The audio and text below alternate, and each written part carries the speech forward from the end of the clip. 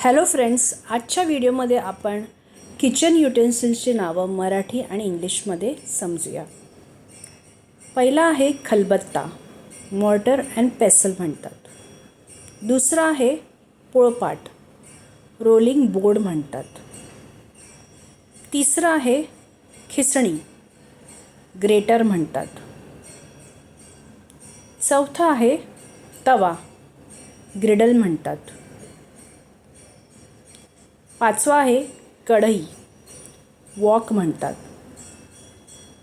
सहावा आहे लिंबू पिळणी, लेमन स्क्विझर म्हणतात. सातवा आहे झारा किंवा झाऱ्या, स्किमर म्हणतात.